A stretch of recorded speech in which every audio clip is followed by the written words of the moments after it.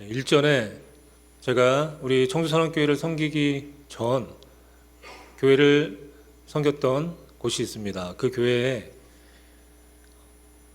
교회가 분쟁이 있고 또 환란이 있고 어려웠던 교회였기 때문에 그 교회 가운데 하나님의 도우심의 역사가 참 필요한 교회였습니다. 제가 1년 동안 담임 목사 대행으로 말씀을 전해야 되는 시간이 와서 참 고심하면서 말씀을 준비하던 때가 있습니다. 그때 주님께서 기도 중에 주셨던 말씀이 에베소서의 말씀입니다. 에베소서의 말씀은 사도 바울이 그 옥중에서 본인이 개척하고 세운 에베소 교회를 늘 염려하면서 교회를 향한 애절한 마음을 가지고 서신을 보냈던 것이 바로 이 성경이 되었던 것이죠. 이 에베소를 통해서 에베소 교인들이 그 분란이 있고 어려움이 있고 혹은 또 교회에 관한 정체성이 없던 그들에게 이제 귀한 메시지를 전달해 주었던 그런 서신입니다. 그래서 여러분 로마서나 아니면 요한복음이나 중요한 우리가 아주 좋아하는 말씀들이 있겠지만 교회를 이야기할 때는 에베소서만큼 귀하고 소중한 메시지가 넘치는 말씀이 또 없다는 것입니다. 오늘 이제 함께 나눌 이 에베소서의 말씀을 통해서 우리는 하나님께서 찾으시는 그 교회가 어떤 교회인지에 대해서 진지하게 오늘 이 주님의 음성을 듣는 시간이 되었으면 좋겠습니다. 여러분, 우리 교회 로고가 있지 않습니까? 이 교회 청주선언교회 로고 바로 위에 뭐가 있죠? 하나님이 찾으시는 그 교회. 이건 우리 담임 목사님이 기도 중에 받으신 그런 문구입니다. 이 문구를 보면서 여러분 어떤 생각을 하십니까? 내가 정말 진정으로 주님께서 원하시는 교회를 이루는 그런 성도로서 자리하고 있는가? 이런 묵직한 이 질문이 던져진다는 사실을 여러분 생각을 하십니까? 그냥 로고를 보면서 방패 마크가 이쁘고 뭐 그렇구나 하고 보는 것이 아니라 그 로고의 위에 있는 하나님이 찾으시는 그 교회라고 하는 그 구절이 참으로 의미 있는 구절임을 우리는 잊지 말아야 합니다. 왜냐하면 하나님께서는 교회로 부르신 그 사람들을 통해서 하나님의 귀하신 일들을 이루어내시고 또 교회 공동체를 세우시면서 날마다 하나님께 더 가까이 나아가는 그 자리로 우리를 초청하신다는 것입니다. 이 에베소서 말씀 특별히 우리가 읽지 않았지만 1장과 2장 말씀을 통해서 교회가 무엇인지에 대해서 교회로 부름받은 성도에 관해서 우리가 분명하게 알 수 있는 말씀들이 있습니다. 1장 3절로 5절까지 말씀 같이 한번 읽습니다. 찬송하리로다 하나님 곧 우리 주 예수 그리스도의 아버지께서 그리스도 안에서 하늘에 속한 모든 신령한 복을 우리에게 주시되 곧 창세 전에 그리스도 안에서 우리를 택하사 우리로 사랑 안에서 그 앞에 거룩하고 흠이 없게 하시려고 그 기쁘신 뜻대로 우리를 예정하사 예수 그리스도로 말미암아 자기의 아들들이 되게 하셨으니 아멘. 좀 길지만 간략하게 말씀드리면 하나님께서 태초 전부터 우리에게 귀하고 귀한 복을 예비해 주셨다는 것입니다. 우리를 어떻게 삼아 주신다고요? 하나님의 자녀 삼아 주신다는 것입니다. 하나님의 아들이요, 하나님의 딸이요, 하나님의 유업을 물려받을 존재로 우리를 택하여 주셨다라고 하는 것입니다. 그래서 여러분 구원받은 사람들은 특별히 에베소 말씀 1장부터 6장까지 말씀을 쭉 읽어내리면서 1장의 그 말씀 앞에서 눈물 흘리지 않을 수 없는 것입니다. 내가 뭔데 하나님께서 이렇게 귀하고 소중한 계획을 통해서 나를 하나님의 자녀 삼아 주셨는가? 하나님의 자녀 삼아 주셨다는 그 사실 앞에서 우리가 감격하지 않을 수 없다는 것입니다. 2장 말씀을 보시면 2장 20절에서 22절까지 말씀 또 같이 찬찬히 한번 읽어보겠습니다. 너희는 사도들과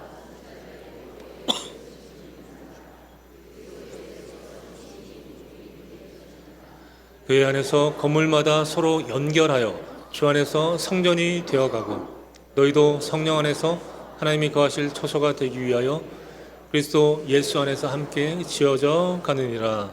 아멘. 이 말씀이 바로 이제 교회를 이루고 있는 우리를 향한 하나님의 말씀이라고 볼 수 있습니다. 우리가 뭐라고 이 말씀 가운데 나옵니까? 성전이라고 이야기합니다. 더 이상 성전은 남아있지 않습니다. 여기가 성전이 될 수가 없고 여기 뭐 지성소가 있거나 성소가 있거나 회막이 있지 않습니다.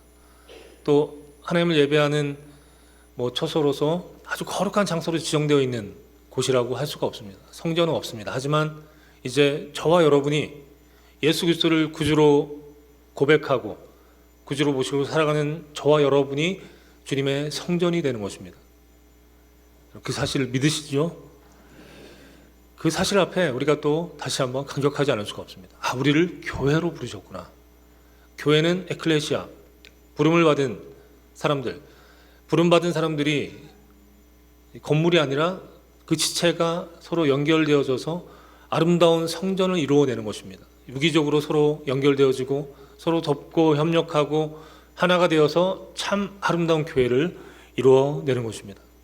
오늘 아름다운 찬양, 십자가라는 찬양을 통해서도 우리는 저렇게 아름다운 우리 지체들을 통해서 우리가 또 은혜를 받게 되고 또 예배를 섬기고 또 헌신하는 지체들 한 명 한 명을 통해서 또 저 주차장에서 저 생명 사역을 통해서 또 앞에 웰컴 사역을 통해서 섬기는 지체들을 통하여서 예배 자리에서 주님께 더욱더 집중해서 하나님께 나갈 수 있는 그 은혜를 경험하지 않습니까?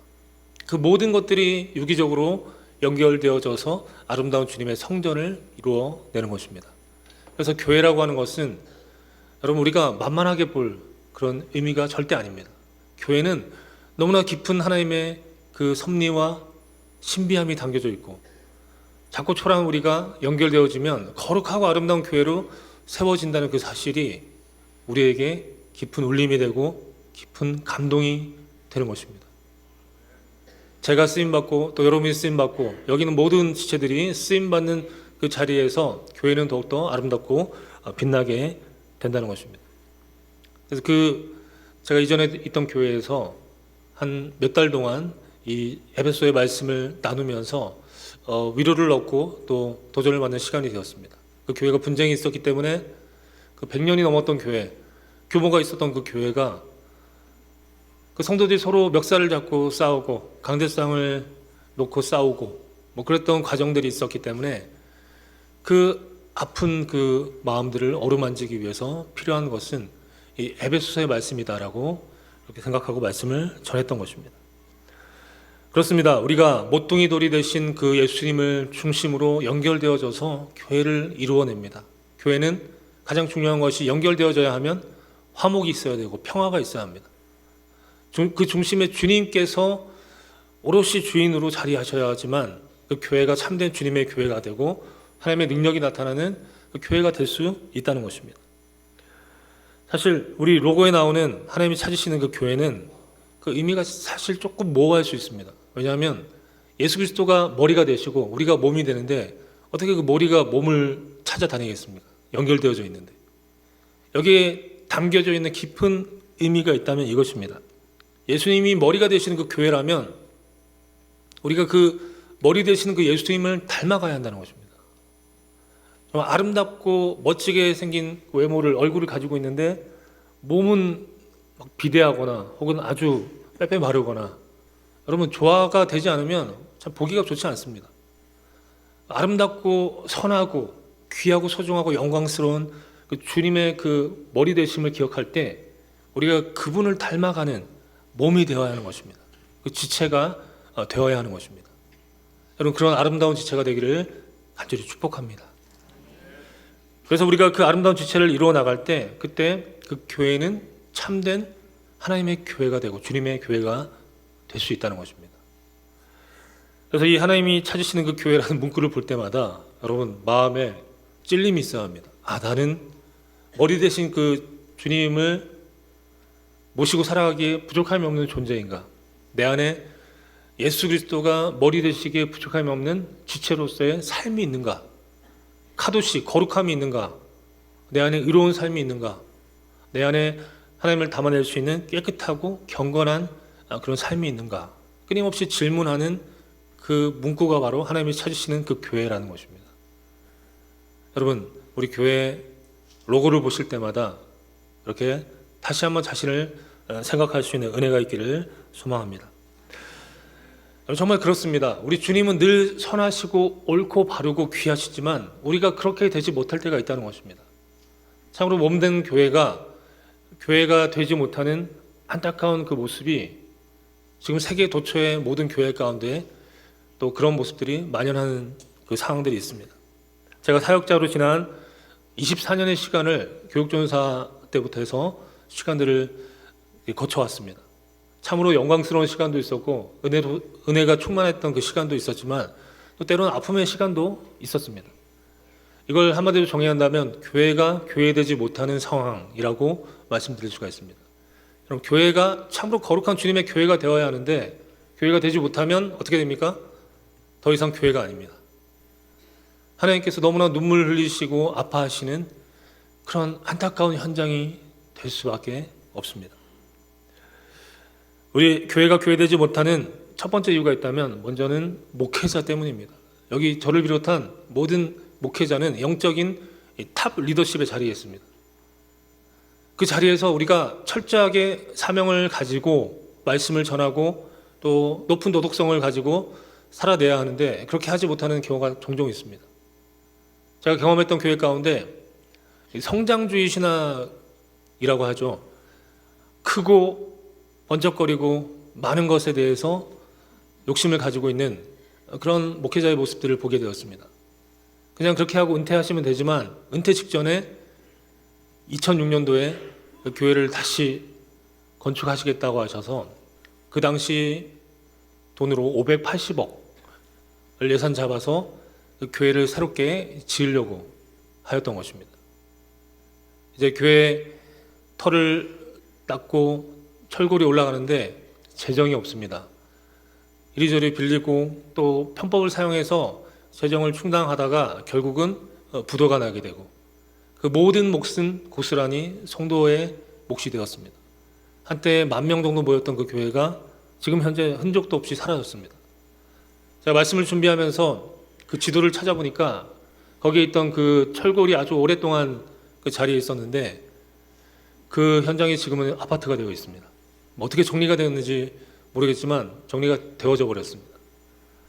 그리고 이것은 교회만으로 끝나는 것이 아니라 상위 기관인 노회와 총회까지 다른 건강한 교회에 압류가 들어오고 그러면 우리가 유명한 교회들이 압류 그 통보를 받고 그런 상황들이 펼쳐지게 되었습니다.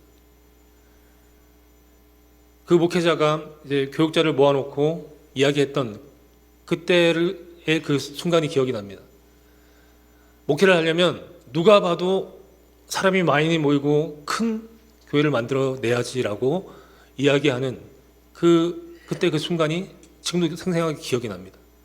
그 누가 본다라고 하는 것이 누구인가에 관한 질문이 저에게는 계속 되어져 왔던 것입니다. 여러분, 우리 주님께서는 어떤 크고 화려하고 많이 모이는 것을 기뻐하실까요?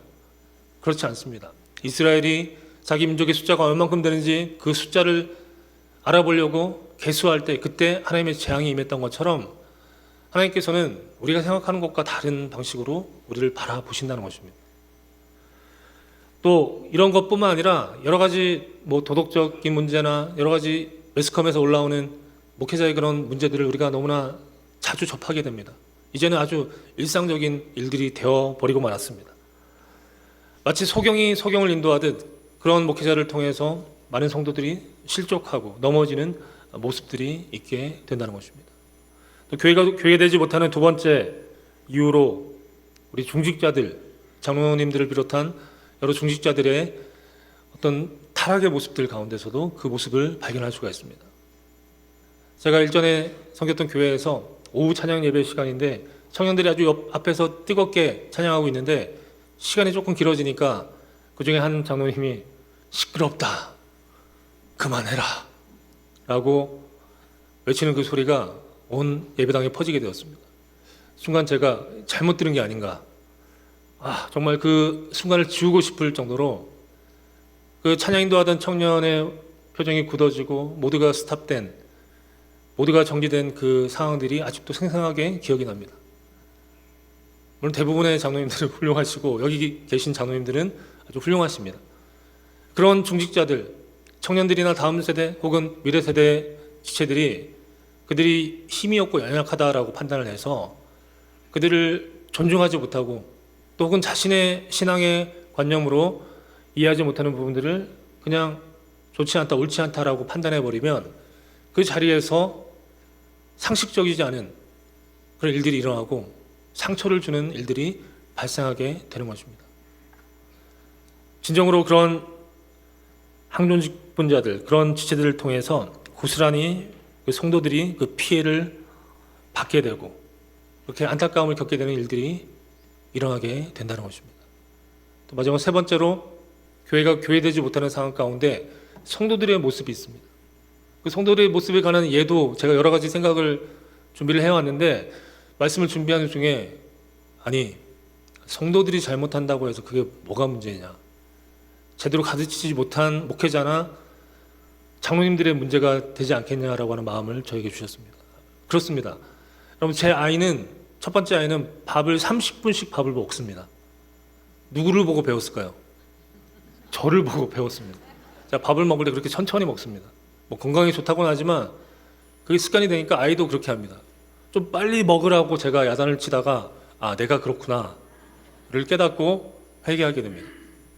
저희 어머니가 늘 저에게 주셨던 좋은 영향력이 있지만 제가 서울에서 자취를 할 때 깨닫게 되었습니다. 어머니 안 좋은 점 하나를 내가 그대로 담고 있구나. 가스 밸브를 잠그지 않습니다. 저랑 자취하던 그 친구가 왜 형은 가스 밸브를 잠그지 않아요? 그럼 위험해요 라고 얘기를 해서 곰곰이 생각을 해보니까 우리 어머니가 잠그지 않으셨습니다. 하늘나라에 계신 저희 어머니께 죄송하지만 사실은 사실이니까 어머니께서 잠그지 않으시니까 저도 그렇게 배운 것입니다. 결국 이제 고치게 됐지만 보고 배우는 것입니다. 성도들이 무슨 잘못이 있습니까? 먼저 세움받은 목회자나 장로님들 또 항존 직분자들이 믿음의 길을 오롯이 갔다면 어떻게 되겠습니까? 그 모습 그대로 선하고 거룩하고 아름다운 삶의 여정이 그들에게 펼쳐지지 않겠습니까? 그래서 여러분, 이 모든 것이 다 내 탓이요 나의 잘못인 것입니다. 그렇게 바라보고 공동체의 연약함을 우리가 함께 품을 수 있어야 하는 것이 바로 교회의 사명인 것입니다. 여러분, 이렇게 답답한 교회의 상황들을 말씀드려서 죄송하지만 오늘 본문에도 이와 관련되어져서 말씀들이 이어집니다. 왜냐하면 교회라고는 하지만 교회 껍데기만 남고 마치 이방인처럼 하나님이 그 안에 자리하지 않은 그런 성도들이 있을 때 껍데기만 성도인 껍데기만 신자인 그들이 교회에 있을 때 그때 그 교회는 몰락하고 타락하는 모습이 있다는 것입니다. 오늘 말씀을 한번 보십니다. 17절과 18절 말씀을 같이 한번 읽어 보시겠습니다.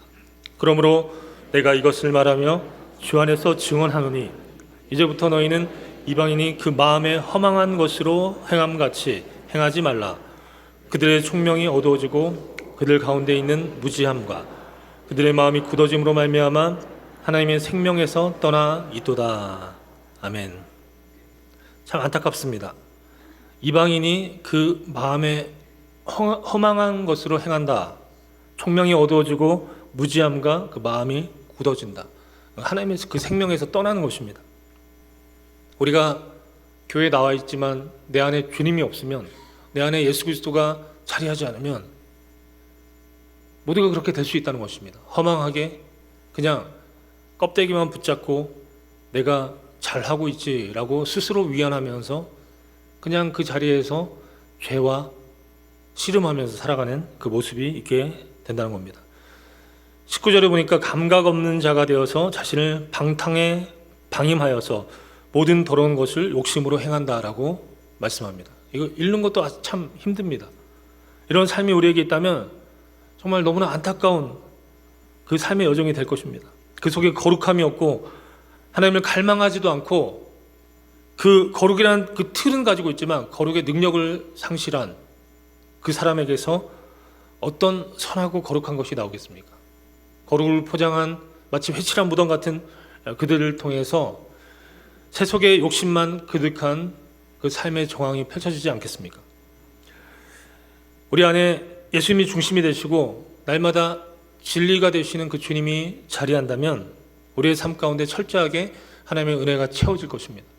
우리 안에 겸손이 있고 우리 안에 하나님으로 말미암은 그 든든한 평안함이 있을 것이고, 그리고 그것을 기반으로 하여서 우리의 삶 가운데 의와 거룩함이 흘러나오는 삶의 여정이 펼쳐지게 될 것입니다. 하지만 우리 일상의 삶 가운데 우리의 실상은 어떠합니까? 남을 비난하고 정죄하고 세속의 기준으로 판단하고 율법주의적인 자세로 남을 재단하는 천박함이 우리에게 있지는 않습니까? 21절 말씀을 같이 한번 읽습니다. 진리가 예수 안에 있는 것 같이 너희가 참으로 그에게서 듣고 또한 그 안에서 가르침을 받았을진대. 아멘. 진리가 예수 안에 있는 것 같이 우리가 참으로 그에게 듣고 그 안에서 가르침을 받는 것, 이것이 매우 중요합니다. 진리, 알레테이아, 에메트. 우리가 자주 라면을 먹으러 가는 그 에메트가 진리란 그 카페 이름이 그렇다는 거 여러분 잘 아시죠? 이 진리가 우리 안에 있을 때 진리의 가르침을 받는 것, 이것이 우리 일상의 삶이 되어야 한다는 것입니다. 우리가 날마다 정해진 시간을 놓고 기도를 하거나 여러분 성경 통독을 통해서 샬롬 완독을 하고 계시죠? 저도 자신 있게 말할 수 있습니다. 저도 늘 하고 있습니다. 다만 제가 바쁜 와중에 샬롬 완독을 하지 못할 때가 있습니다. 여러분 샬롬 완독을 못할 때가 분명히 있죠. 그 시간 지났는데 하시면 여러분 실례입니다. 여러분 아시죠? 샬롬 완독을 하면서 우리가 날마다 같은 본문 말씀을 가지고 읽어내립니다. 지금 현재 선지서 예레미야 지금 읽고 있는 거 여러분 아시죠? 에스겔인가요? 예레미야인가요? 에스겔인가요? 여러분 자, 지금 답을 하지 못하시는 분들 지금 다시 한번 말씀을 읽으시기를 권면드립니다. 선지서의 말씀을 보면서 참 어려운 말씀이지만 우리가 함께 말씀을 읽어내리면서 자신을 한번 점검하는 그 시간을 하루에 늘 가지고 있습니다. 이렇게 주님께 우리의 시간을 드리고 우리의 삶을 드리고 또 기도의 자리에서 깊숙이 주님을 만나면서 우리가 날마다 진리 되시는 알레테이아 그 하나님을 만나고 예수님을 만나는 그 시간을 가지는 것입니다. 22절 말씀 같이 읽습니다. 너희는 유혹의 욕심을 따라 썩어져가는 구습을 따르는 옛사람을 벗어버리고. 진리 안에 있으면 되는데 진리를 따르지 않으면 어떻게 됩니까? 옛사람의 그 삶의 정황들이 펼쳐지는 것입니다. 유혹의 욕심을 따라서 끊임없이 우리에게 유혹이 몰려옵니다. 여러분 우리에게 유혹이 있지 않습니까? 각자의 어떤 분량이 다르지만 유혹의 요소들이 분명히 있습니다. 이것들이 끊임없이 몰려와서 옛사람의 그 본성을 계속 드러내게 우리를 충동질합니다. 거룩함으로 충동질을 해야 하는데 죄와 지저분하고 더러운 것들로 또 음란한 것들로 우리를 충동질하는 그 유혹의 욕심을 따라 썩어져가는 그 구습을 따르는 옛사람. 이 이야기하기도 참 힘듭니다. 그 옛사람의 그 본성이 우리에게 끊임없이 드러나고 끊임없이 나타나는 그 정황들이 있다는 것입니다. 무엇이 없으면 우리 안에 날마다 진리 대신 예수님과 만나는 그 자리가 없으면 우리는 끊임없이 그렇게 될 수밖에 없는 존재임을 말씀은 이야기하고 있습니다. 여러분 중심에 예수 그리스도를 모시고 살아갈 수 있기를 축복합니다. 주님과 교제하시기 바랍니다. 주님은 살아계십니다. 말씀을 통해서도 일하시고 그리고 특별히 우리 귓가에 잔잔한 음성을 들려주실 때 얼마나 힘이 되고 위로가 되는지 모르겠습니다. 오늘도 살아계셔서 역사하시는 그 주님이 우리와 함께 하실 때 천박하고 나약했던 우리가 거룩함의 그 삶의 여정을 이어나갈 수 있는 그 은혜를 누리게 되는 것입니다. 오늘 이 말씀이 들린다면 진심으로 그 유혹의 욕심을 따라 썩어져가는 그 구습을 따르는 옛사람을 벗어 던질 수 있기를 주님의 이름으로 강력히 축복합니다. 23절과 24절 말씀을 같이 한번 읽습니다.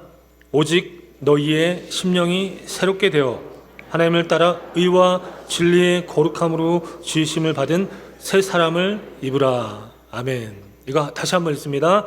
오직 너희의 심령이 새롭게 되어 하나님을 따라 의와 진리의 거룩함으로 지으심을 받은 새 사람을 입으라.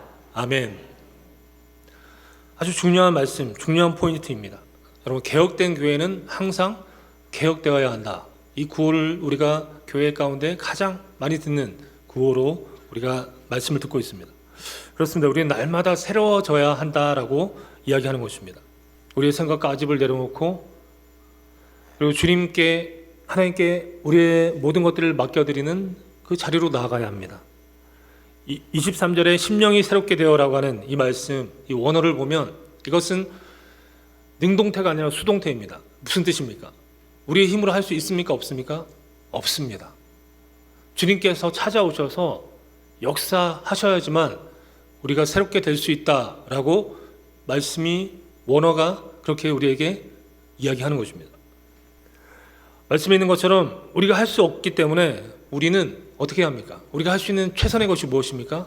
내가 그냥 주님 앞에 머무는 것입니다. 그것은 할 수 있지 않습니까?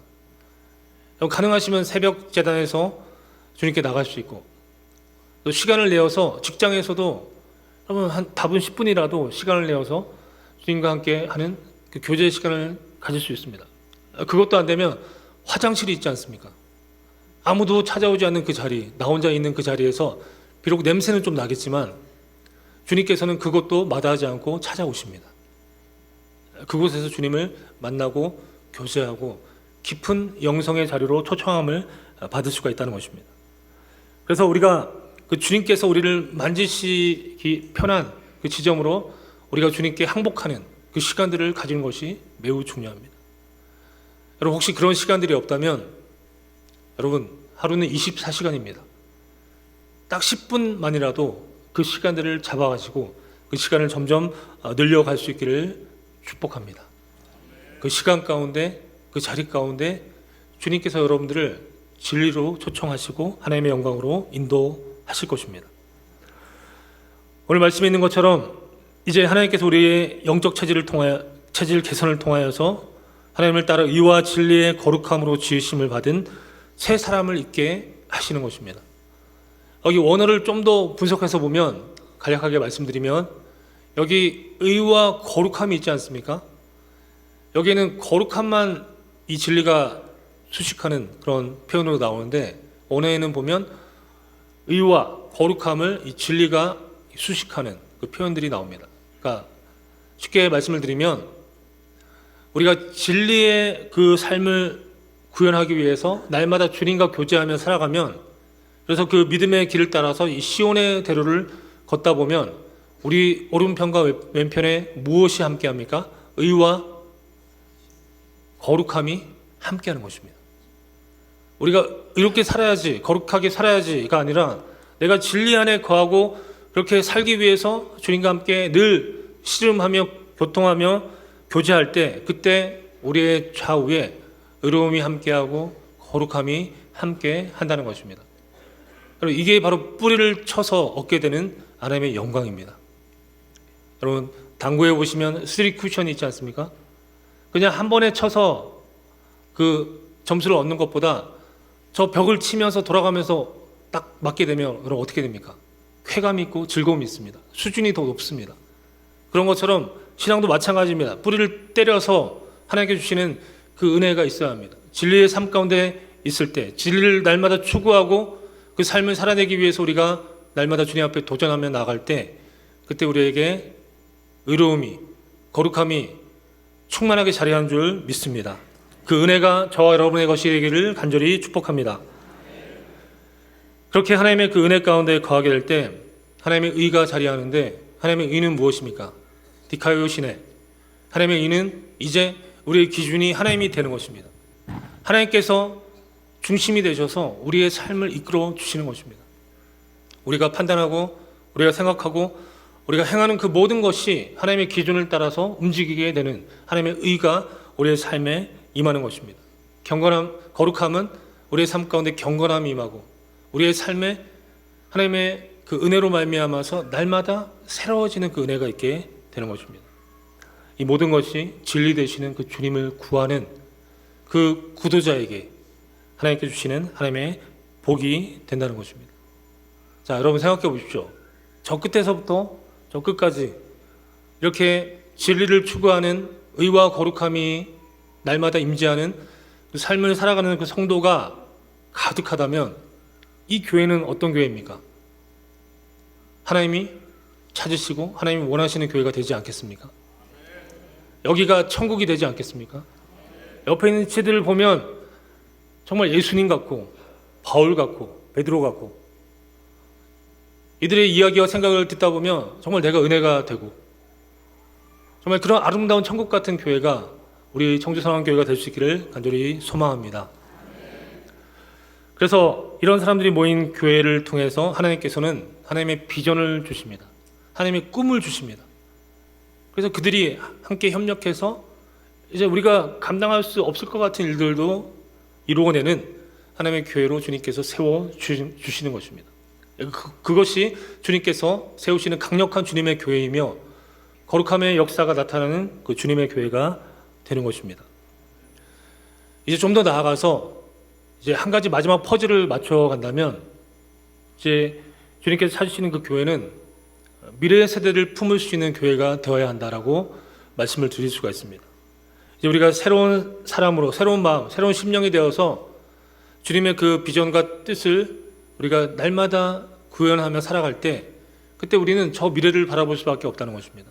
마치 사도 바울이 저 에베소 교회를 바라보면서 그 앞으로의 그 믿음의 행보를 염려했던 것처럼 우리 또한 여기에서 안주하는 것이 아닙니다. 우리끼리 잘 모이고 우리끼리 잘 섬나도 하고 이것은 의미가 없습니다. 이제 그 다음 미래 세대와 그 다음 세대를 바라보면서 우리가 주님의 그 꿈을 품을 수 있어야 하는 것입니다. 코로나를 전후해서 시대가 바뀌었습니다. 피부 체감으로 느끼고 있지 않습니까? 예전에는 생각하지 못했던 영상 예배, 온라인 예배가 활성화가 되었습니다. 이게 새로운 장르가 되었고 대형교회에서는 이것을 장려해서 사역을 하는 부서까지 있습니다. 우리도 처음에 핸드폰 하나 들고 시작했던 그 회원수 1명이었던 그 청주선암 TV가 지금은 무려 1,800명의 회원을 자랑하는 그런 청주선암 TV로 발전했습니다. 여러분 놀라시지 않으시네요? 네, 저도 이거 한번 멘트를 해보고 싶었습니다.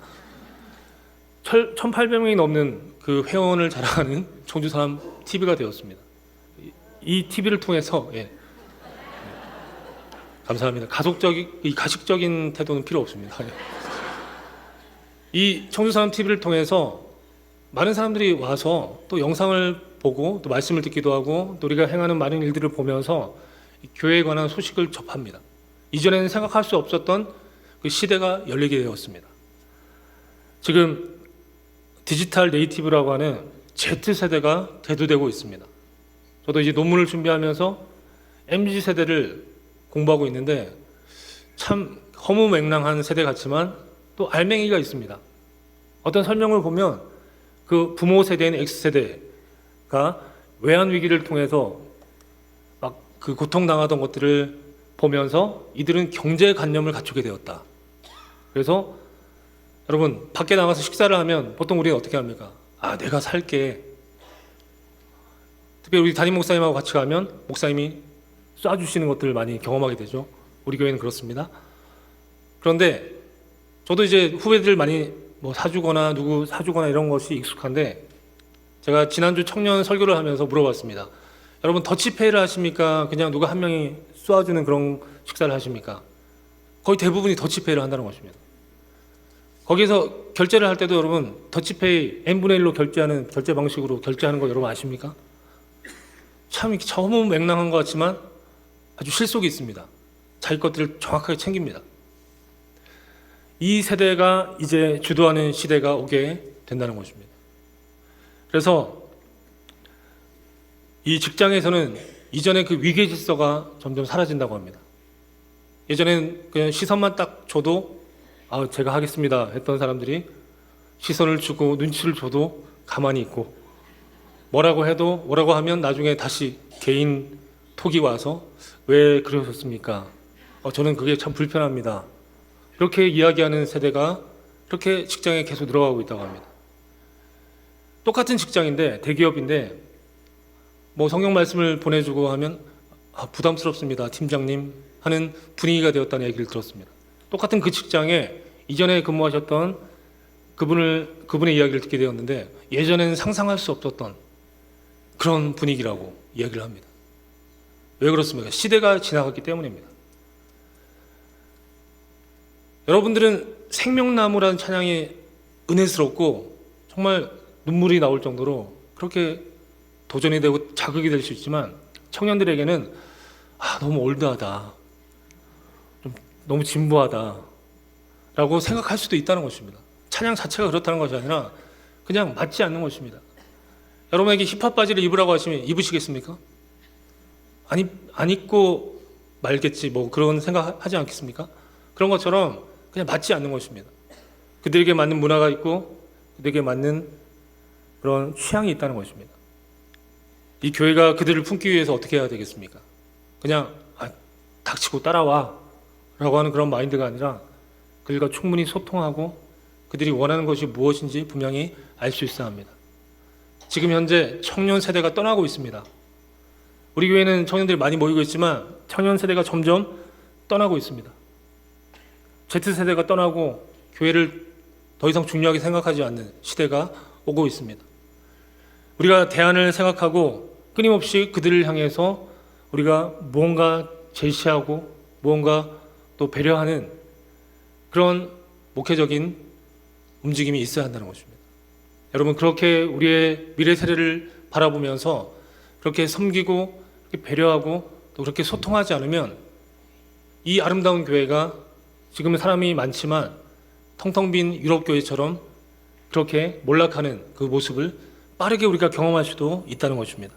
그래서 마지막 퍼즐이 이것입니다. MZ세대와 그 다음에 알파세대, 지금 무럭무럭 자라고 있는 그 아이들에게 교회가 참으로 거룩하고 참으로 능력 있고 참으로 영광스러운 교회임을 우리가 보일 수 있도록 주님 앞에 우리가 바로 서 있어야 한다는 것입니다. 그들에게 믿음의 영적인 귀한 유산을 주기 위해서 날마다 진리 안에 그 주님과 교제하면서 의로움이 나타나고 거룩함이 나타나는 삶의 정황들을 그들에게 보일 수 있어야 하는 것입니다. 그리고 끊임없이 소통하면서 그들이 원하는 예배의 문화와 사역의 문화를 이해하면서 그 사역과 또 그 예배를 위해서 우리가 투자하고 헌신할 수 있는 그 교회가 될 수 있어야 할 것입니다. 여러분, 그것을 마음에 품으시고 기도하시고 또 때가 되어서 섬겨야 된다면 정말 헌신적으로 섬기시면서 그 다음 세대를 일으켜 세울 수 있는 우리 모두가 되기를 간절히 소망합니다. 그래서 여러분, 그들 또한 선교의 대상입니다. 우리가 그 관점을 가지고 그들을 바라본다면 이제 더 이상 그들을 우리와 다른 별개의 존재로 보는 것이 아니라 틀린 것이 아니라 그냥 조금 다를 뿐이지 하나님을 사모하는 그 심령이 그 안에 있음을 발견하고 우리 또한 더욱더 새롭게 더 참신하게 하나님을 예배하고 만나는 그 자리로 초청함을 받게 될 것입니다. 이제 말씀을 마무리합니다. 하나님이 찾으시는 그 교회가 어디에 있습니까? 예, 좋습니다. 이런 분위기 너무 좋습니다. 감사합니다. 여러분, 다른 어디에 있지 않습니다. 바로 우리가 섬기는 이 교회가 하나님이 찾으시는 그 교회임을 기억하시면서 나 스스로가 주님 원하시고 찾으시는 그런 성도가 되고 교회가 될 수 있도록 그렇게 주님 앞에서 주님의 그 머리를 바라보시면서 머리 대신 주님과 비교할 만큼 아름답고 귀한 지체로서 날마다 성장하고 성숙할 수 있는 그런 하나님의 백성들 될 수 있기를 간절히 축복합니다. 기도하겠습니다.